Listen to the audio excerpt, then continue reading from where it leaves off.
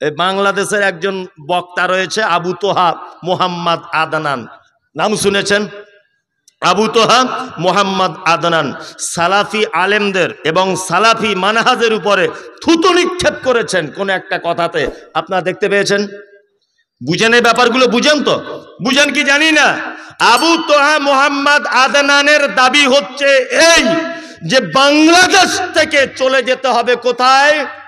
ওই যে ফিলিস্তিনে মসজিদ আকসা ভেঙে দিচ্ছে, এখান থেকে প্লেনে করে ওখানে যেতে হবে, গিয়ে যুদ্ধ করতে হবে, জিহাদ করতে হবে, ওখানকার মুসলমানদের মারছে। তাই কি বললাম বুঝলেন না?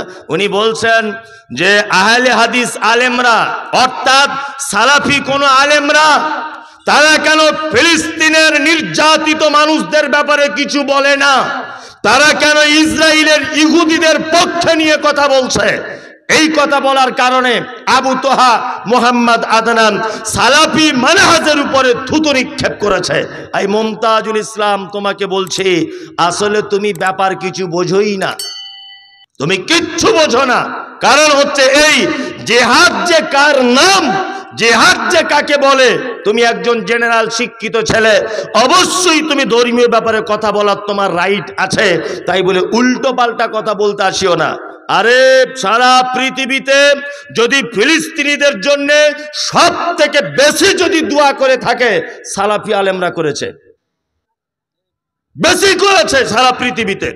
কারণ হচ্ছে এই যে তোমরা শুধুমাত্র বানিয়ে বানিয়ে হাত তুলে জলসার মাহফিলে দোয়া করেছো আর কেঁদেছো, আর সালাফি আলেমরা প্রতিনিয়ত কুনুতে নাজেলা পড়েছে ফরজ সালাতে, অজস্র মসজিদে ফিলিস্তিনিদের জন্য দোয়া করা হয়নি?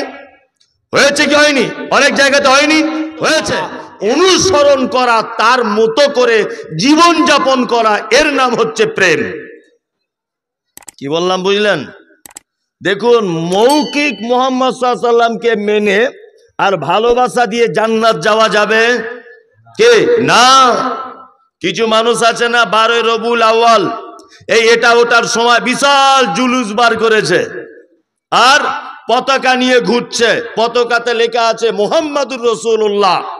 ভালো করে বুঝবেন, যে লোকটা পতাকা নিয়ে জুলুস বার করে রাস্তা অবরোধ করে নবী দিবস পালন করছে, ওর ডান হাতে মুহাম্মাদুর রাসূলুল্লাহর পতাকা আর বাম হাতে সিগারেট। আচ্ছা বলুন তো, কি নবীকে ভালোবাসে? বাসে? বাসে না। মুহাম্মাদুর রাসূলুল্লাহ বিরুদ্ধে যদি পৃথিবীর কোন মানুষ যদি আঙুল তুলে দেয়, কিছুদিন আগে আপনারা দেখেছেন সোশ্যাল মিডিয়াতে নুপুর শর্মা বলে একটা মেয়ে নবীর ব্যাপারে কি কথা বলেছিলেন, তাই নিয়ে ঝাড়খণ্ড, বিহার, বেঙ্গল সব জায়গাতে রাস্তা অবরোধ, ঝড় উঠেছিল। উঠেছিল না? উঠেছিল। রাস্তা অবরোধ করেছে কে? না, যে লোকটা রাস্তা অবরোধ করেছে রাস্তাতে গাছ ফেলে দিয়ে দাঁড়িয়ে আছে, বলছে গাড়ি রাস্তা দিয়ে যাবে না, গাড়ি আমার বুকের উপর দিয়ে চলে যাক। নবীর উপরে কথা, অথচ লোকটা দাড়ি নাই, ও বুনের জমি ফাঁকি দিয়ে ধান চাষ করে ভাত খেয়ে নিয়েছে, এক ওয়াক্ত নামাজ পড়ে না। এরকম লোক আছে না নেই? আচ্ছা বলুন, এই আবেগের ভালোবাসা দিয়ে জান্নাত পৌঁছানো যাবে? যাবে? যাবে না। এবার আপনাকে একটা চমৎকার কথা বলে রাখছি, এখানে জ্ঞানী মানুষেরা বসে আছেন, খুব চমৎকার। এক, আমাদের নবী মুহাম্মদ সাল্লাল্লাহু আলাইহি ওয়াসাল্লামের আপন চাচা, নাম তার আবু তালিব। ভালো করে বুঝবেন ঘটনাটা, নাম কি? আবু তালিব। ইসলামের ইতিহাসে একটা পাতাতে, কোন বইয়ের পাতাতে আপনি দেখাতে পারবেন না যে আল্লাহর নবীর কখনো কোন সময় চাচা আবু তালেব বিরুদ্ধাচারণ করেছে, কোনো কাজে করেনি। বরং বেঈমান মুশরিকেরা আল্লাহ রসুলকে মারতে এসেছে, আঘাত করতে এসেছে, চাচা প্রাচীরের মতো দাঁড়িয়ে গিয়ে বলে, যাই আমার ভাতিজার ঈমান, আমার ভাতিজার দিন কবুল করবে না করবে সেটা আলাদা ব্যাপার, আমার ভাতিজা মুহাম্মাদের গায়ে হাত দিতে পাবে না। প্রাচীরের মতো দাঁড়িয়ে গেছে সামনে, গায়ে হাত দিতে দেননি কখনো কোনোদিন। চাচা মারা যাচ্ছেন, মৃত্যু তো শায়িত, মৃত্যু অবস্থাতে আছেন, এই সময়তে আল্লাহ নবী সাল্লাল্লাহু আলাইহি ওয়াসাল্লাম গিয়ে বলছেন, চাচা একবার তুমি শুধু কলেমাটা বলে নাও, তাহলে কিয়ামতের দিনে আমি তোমার ব্যাপারে আল্লাহর দরবারে কিছু বলতে পারবো। তখন চাচা ভাতিজার কথা চলছে, এই সময়তে বেঈমান মুশরিকদের সর্দার তারা এসে বলছে, কি ব্যাপার আবু তালিব, সারা জীবন তুমি 360টা দেবদেবীর পূজা করলে, হ্যাঁ, আর মরার সময়তে তোমার ভাতিজার কলেমা পড়ে মরবে? এটা কখনো হতে পারে না। এক কাজ করো, তুমি আমাদের দিনের উপরে তুমি অটুট থাকো, ভাতিজার দিনে চলে যেও না। কথোপকথন চলছে, এই সময়তে চাচার টাইম শেষ, চাচা পৃথিবী থেকে চলে গেল। আল্লাহ নবী সাল্লাল্লাহু আলাইহি ওয়াসাল্লাম কি বলছেন, যে আমার চাচাকে দুটি লোহার জুতা গরম করে আমার চাচার পায়ে পরিয়ে দেওয়া হবে, তার ফলে আমার চাচার মাথার মগজগুলো গলে গলে গলে গলে নিচের দিকে পড়বে।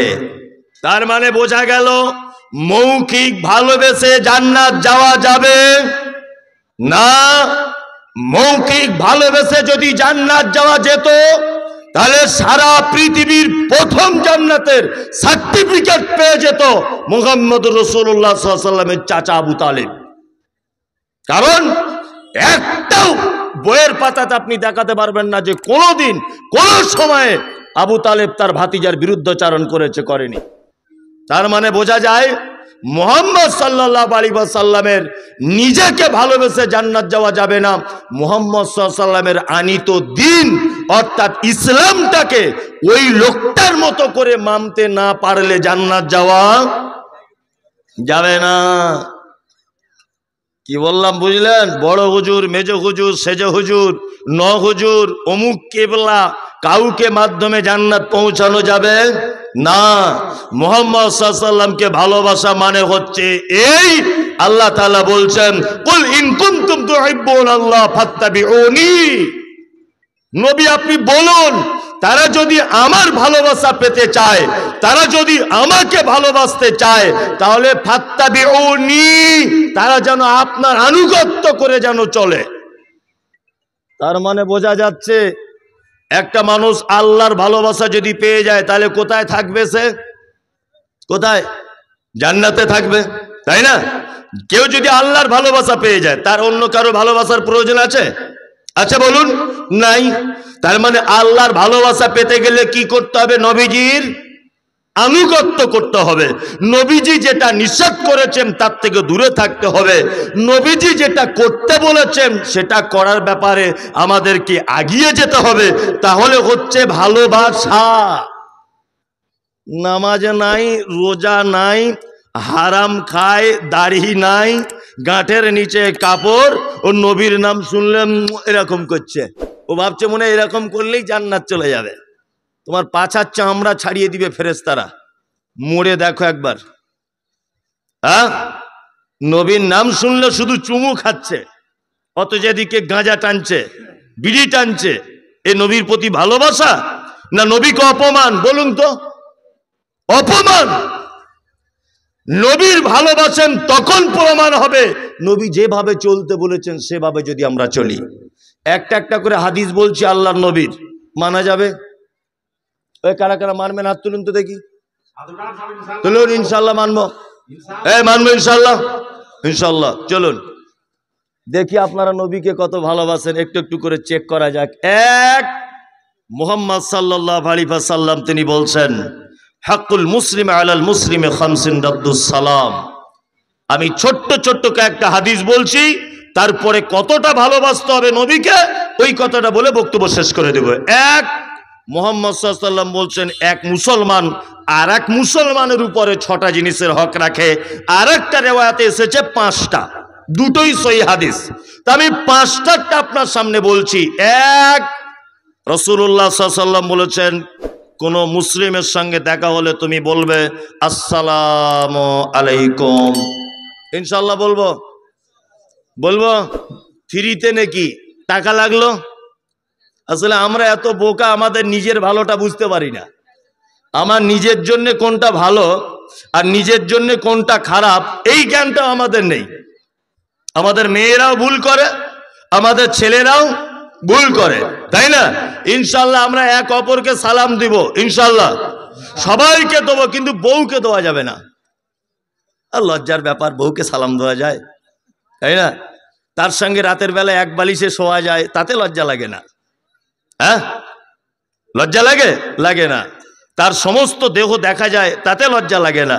দুজনা এক অপরকে ভালোবাসো, সেটা প্রকাশ করা যায়, লজ্জা লাগে না। দুজন এক জায়গায় বসে খাওয়া যায়, ওটাতে লজ্জা লাগে না, কিন্তু বউকে সালাম দিতে গেলে লজ্জা লাগে। কি বললাম বুঝলেন? যাদের প্রত্যেক ব্যক্তিদের এখন বর্তমানে সংসারে একটা স্বামী স্ত্রী অশান্তি ঝগড়া আছে না নেই? আছে না? টুকটাক আছে। আমি মমতাজুল ইসলাম প্রধান বক্তা হয়ে এসেছি বলে ভাববেন না যে আমার বউ হচ্ছে মারিয়ামের মতো, একদম নয়। একটু ত্রুটি হয়ে গেলে আমার 12টা বাজিয়ে দেয়।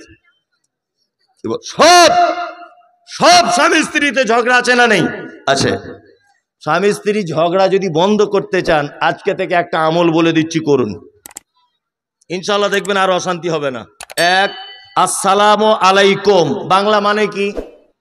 আল্লাহ তুমি তার উপরে কি অশান্তি বর্ষণ করো। কোনটা? শান্তি বর্ষণ করো, তাই না?